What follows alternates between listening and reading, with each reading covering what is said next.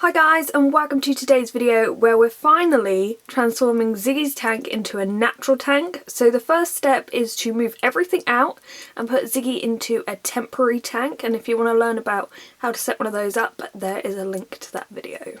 So now this is all emptied out besides the heat mat and the light, I am going to try to add in this background. So I had this background made a little while ago. I don't know how well you're going to know, it's too dark, but basically I'm just going to put it in here a sec. I got it made by rockways.co.uk, and I'll leave their link in the description down below. And they basically make naturalistic backgrounds, and they'll cut it to your size and make the colour that you need and everything like that. Now, this might not fit in perfect because we've got a few things in here like leads and everything, but actually that's not too bad. We pop it right back. Let me see. That's pretty cool. I've also got things to go down the side as well. So with this, basically, because obviously this isn't like the biggest tank, but I wanted to actually use the background to increase the floor space in a way, so if Ziggy wants, she can climb up here. Now if she does, this is going to be more powerful UV. The UV is going to be a lot stronger up here, so she might not necessarily go up here when the light is on. But she can climb up here and hopefully not make too much noise. But with this, we're going to just silicone it into the background. So this is one of the sides, and I've had to cut it down quite a bit because it wouldn't fit in. I think because I measured this part of the background. This could actually probably peel off, yes, I'll do that. Oh well, hello car. So this is going to be siliconed in, although it still looks like it needs a bit of trimming. Over here, this also doesn't seem to fit right, but the good thing about this is it's quite tough, but you can still cut it. Like if you have like a foam background, trying to cut that is just so annoying, so at least we can actually adjust this. But this is how the tank is looking now. I had to cut down the sides quite a bit, but we finally got them in. Silicone sealant we used. It is aquarium safe. And I've used it with my Leopard Gecko and my Chihuahua tank, and it's fairly cheap. If you go on Amazon, it's probably like £3 or £4. But now we must leave it to fully dry. I'm going to like leave the windows out so the smell can get out, and then we will continue to build this tomorrow. So it's quite a few days later because I've been waiting for these to come. So these are the new vents. They're about 6 centimetres round, and most of the time you'll see vents on the side or at the back of the vivarium, but I'm doing something a little bit different. I've actually decided to put them on top, just so we don't ruin the background. The background was very expensive, and so were the sides, so I'm going to probably position them sort of like this. It's good to have them sort of spread out a bit. I have to obviously avoid the light unit, but this is what we're going to do now.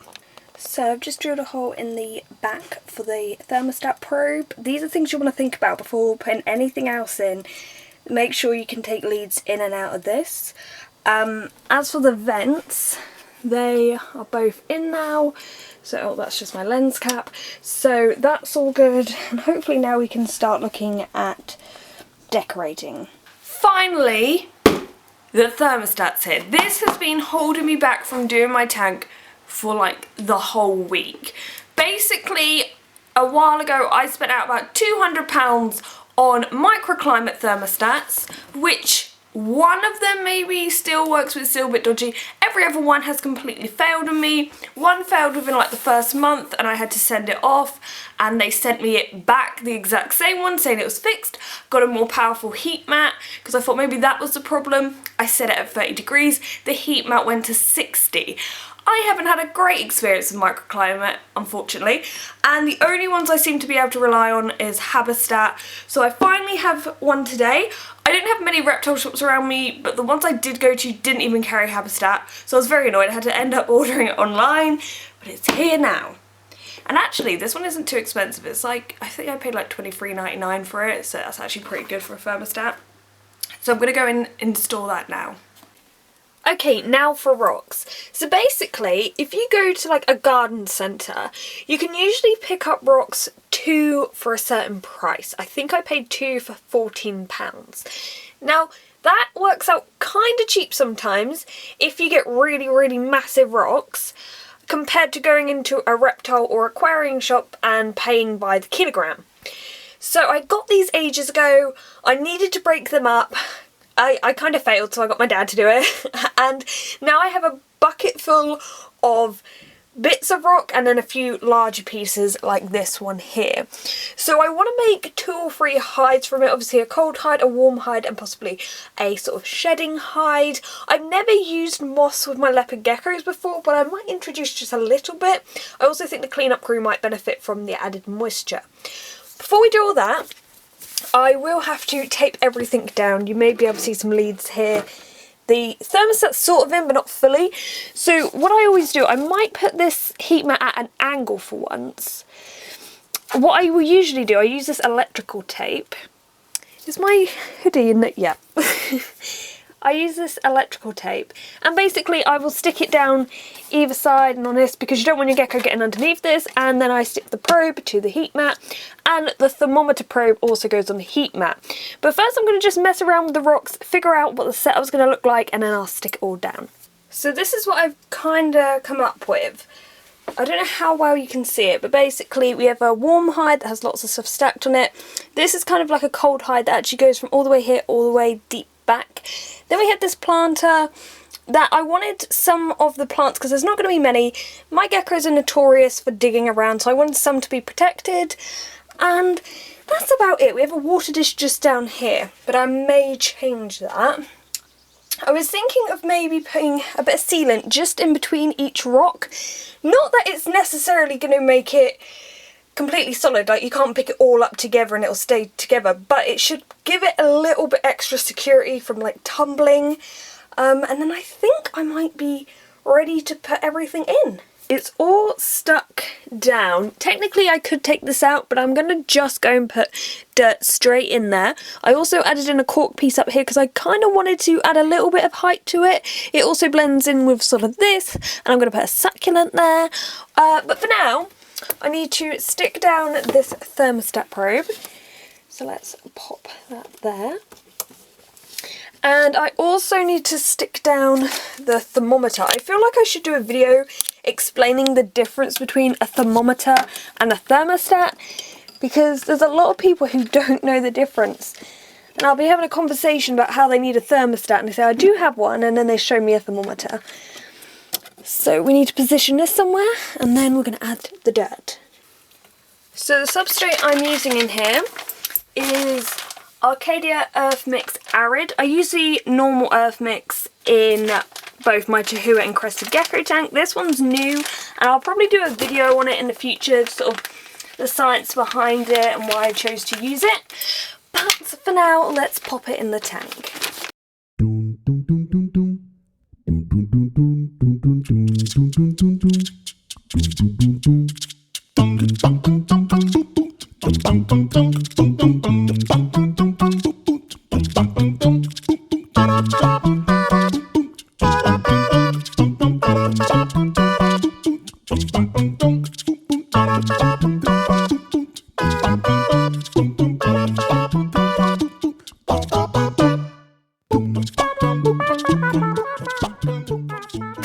Okay, so that's the substrate done. I actually have about a third of the bag left of dirt. I'm actually quite surprised. I didn't think there would quite be enough, but it's done really well. It's filled up 2 plant pots, and it's quite thick. I would say in the main area it's as thick as a vivarium, so at least maybe 2 inches, and obviously it's thinner over the heat mat because you don't want to trap the heat. So the first plant I'm going to add in is this type of grass. It seems like the best things for these arid tanks are succulents and grasses. So let's see, will this fit here? I don't know. Oh yeah, that will. So this is the only problem with this tank, is it's a little bit difficult to get to certain places. So we're gonna have to, good I have small hands so I can fit under here, but it's a bit difficult. Next up we have this aloe. Now this has a lot of pups coming off of it, so I can actually use that to plant that somewhere else. So you'll see like these will just pop off. But I don't want to take them all off because I quite like the fullness of this plant, and if it can fit in there that would be ideal. So I'm just going to scoop some of this out to make some room. And obviously when you're getting these plants, make sure they either come from a place where they haven't been sprayed with anything and they have safe soil. If they don't have safe soil, just make sure you remove all the soil before. So I think that will be okay. I've had this plant for ages. I bought it, I saw it, I was like, I think that'll look good in the tank, and yeah, I'm finally planting it, so that's good.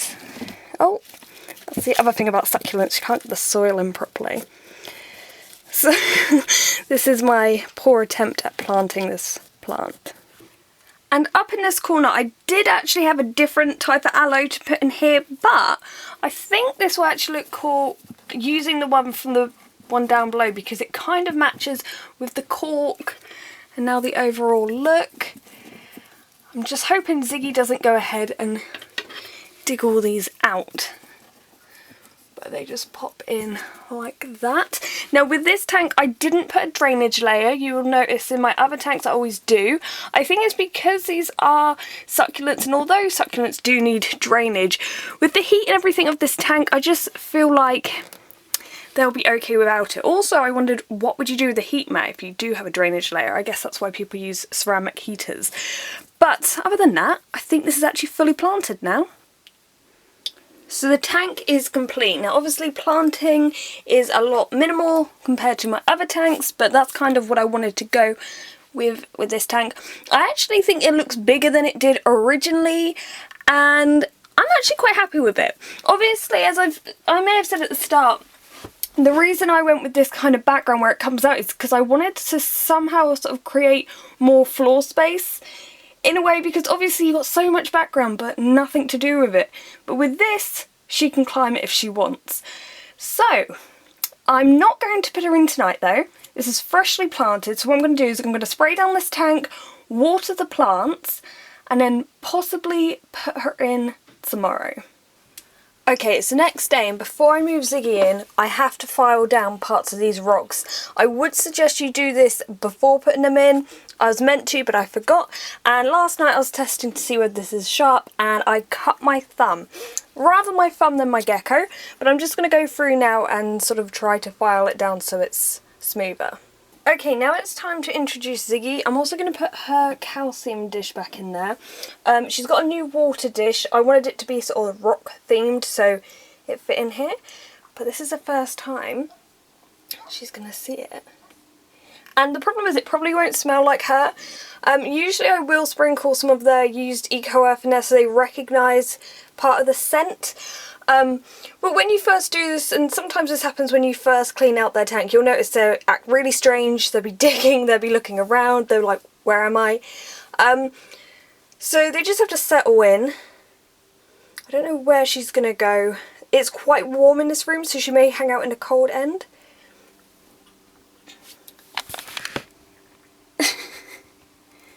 What I'm going to do is kind of document her full reaction, that be in the next video, but I hope you've enjoyed this tutorial, and as I said, the background is by Rockways. I'll leave the link in the description down below because I think it's really helpful if you don't want to be making it yourself. I did experiment with foam and everything, expanding foam. It just didn't look right for this sort of environment. Anyway, thanks for watching guys, and goodbye.